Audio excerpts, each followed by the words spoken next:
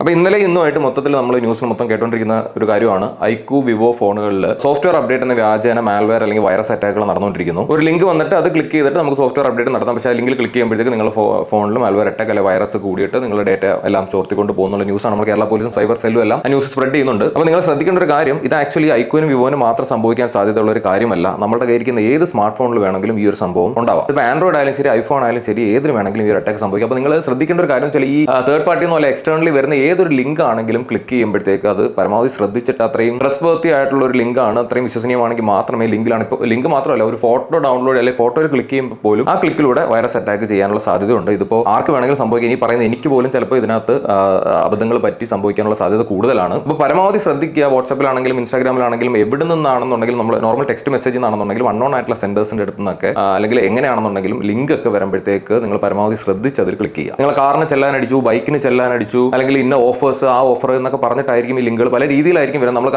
നമ്മൾ ചിന്തിക്കാത്ത രീതിയിലായിരിക്കും ചിലപ്പോൾ ഈ ലിങ്കുകൾ വരുന്നത്. അപ്പോൾ എന്താണെന്ന് അറിയാൻ വേണ്ടി നമ്മൾ സ്വാഭാവികമായിട്ടും ക്ലിക്ക് ചെയ്ത് പോകുന്നതായിരിക്കും ചിലപ്പോൾ അപകടത്തിലേക്ക് പോകുന്നത്. പിന്നെ നമ്മൾ ഈ ഇൻസ്റ്റാഗ്രാമും സോഷ്യൽ മീഡിയയിലും ഒക്കെ ആക്റ്റീവായിട്ട് നിൽക്കുന്നവർക്ക് ഈ ന്യൂസ് ഒക്കെ ചിലപ്പോൾ കുറച്ചുകൂടെ ഫാസ്റ്റ് ആയിട്ട് കിട്ടും.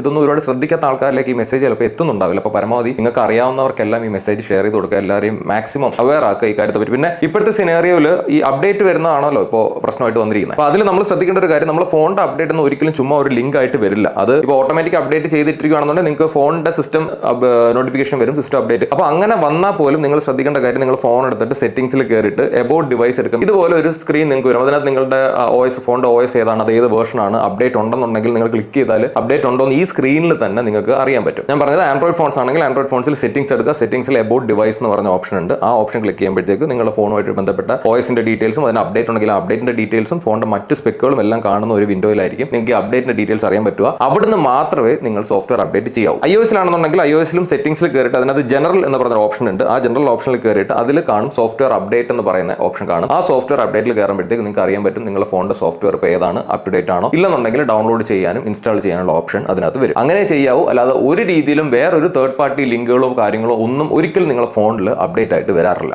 ഈ ഒരു കാര്യം കൊണ്ട് ഇനി സോഫ്റ്റ്വെയർ അപ്ഡേറ്റ് ചെയ്താൽ വൈറസ് അറ്റാക്ക് ഉണ്ടാവുമെന്ന് വിചാരിച്ചിട്ട് സോഫ്റ്റ്വെയർ അപ്ഡേറ്റ് ചെയ്യാതിരിക്കരുത്. സോഫ്റ്റ്വെയർ അപ്ഡേറ്റ് മസ്റ്റായിട്ട് ചെയ്യേണ്ട ഒരു കാര്യം തന്നെയാണ്. അപ്പോൾ ചെയ്യുമ്പോൾ കൃത്യമായിട്ട് നോക്കി ചെയ്യുക. ഇപ്പോൾ ഞാൻ ഈ കാര്യം മാത്രം എടുത്ത് പറഞ്ഞത്, ഇപ്പോൾ ഈ ഐക്യുവിന്റെയും വിവോന്റെയും കേസിൽ ഈ സോഫ്റ്റ്വെയർ അപ്ഡേറ്റ് വഴിയാണ് ഈ അറ്റാക്ക് ഉണ്ടാവുന്നത് ഒന്ന് സ്പെസിഫിക് ആയിട്ട് ന്യൂസ് ഉള്ളതുകൊണ്ടാണ് ഞാൻ അതിന്റെ കാര്യം മാത്രമായിട്ട് എടുത്ത് പറഞ്ഞത്. നേരത്തെ പറഞ്ഞ പോലെ ഏത് ലിങ്ക് ആണെന്നുണ്ടെങ്കിലും ഓപ്പൺ ചെയ്യുമ്പോൾ ശ്രദ്ധിച്ച് ഓപ്പൺ ചെയ്യുക.